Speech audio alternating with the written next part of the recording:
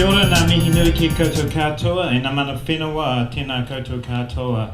Greetings everybody, it's a pleasure to be here in New Plymouth tonight. Nikki, thank you so much for that. That was a brilliant presentation. Can we actually give Nikki another round of applause? And for Nikki and the people who work at the coalface of this, I have so much admiration for what you do, and I want to stand here tonight to support what you do and to talk about how we are going to address the issues that you've raised tonight. Today, the newly minted leader of the Labour Party, Jacinda Ardern, announced a small reshuffle in the portfolios that we have in our caucus. But she decided to keep a portfolio that she's held for the last 5 or 6 years, and that's the portfolio of children. So, if you elect a Labour-led government, the Prime Minister of New Zealand will be the Minister for Children.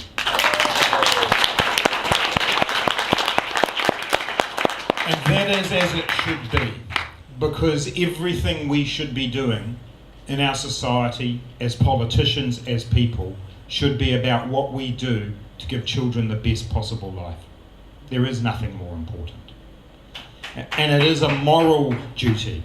And Nikki put up the economic statistics, and Nikki's used to trying to get people to think about these issues in different ways. So sometimes you have to do it from the dollar point of view. You do have to do that for some people. My job immediately before I became a Member of Parliament was working with the Health and Housing Research Program at the University of Otago Medical School in Wellington. And we did a huge amount of work on this. For every dollar you put into insulation, there'll be a $6 saving in health costs. For every dollar that you put in, you'll save a day off school for a kid. We could do all of that. But it's actually a moral duty. It's a moral duty to the next generation that we give every single child in New Zealand the chance to grow up and be the person they can be and live out their dreams. Every kid has the right to know that there is a better tomorrow.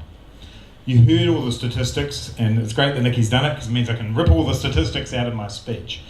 But at its core for us and for Labour, there are 4 things that I want to talk about in this section, and we'll come back to others later. The first is, it does come down to income. We have to lift the incomes of the poorest households in New Zealand. It has to happen. Because if you do not have enough income, you cannot provide the support that's needed. So we have taken an evidence-based approach. We've talked with the groups that make up Tick for Kids. It's why we've got our Best Start program that says that 0 to 3, those are the years to focus on. Every child, the parents will get $60 a week in that first year, and then on in the second and third year for those on medium and low incomes, they'll keep getting $60 a week extra for that child because that's what they need. And we have to make sure that we lift incomes through working for families and making sure that people have the money that they need. But the biggest thing that actually determines some of those health outcomes, those appalling statistics about the 40,000 kids who end up in hospital with respiratory or skin infections. The 1,600 New Zealanders who die because of the cold each year, 4 times the road toll. That's about housing. It's about putting housing first and saying that every home will be warm and dry and safe, that there'll be a warrant of fitness, that you won't be able to rent it out unless it's insulated, there's a heating source, it's properly ventilated, and it's physically safe. That should be an absolute basic requirement of every house.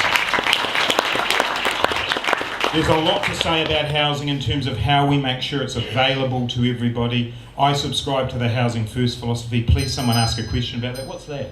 4 minutes. I'll do a long last sentence. The other couple of areas I do want to quickly mention are early childhood education and access to quality early childhood education for everybody. I look forward to answering your questions. I thank Tick for Kids for this. Think in this election, we need the Prime Minister to be the Minister for Children. Thanks very much, Grant.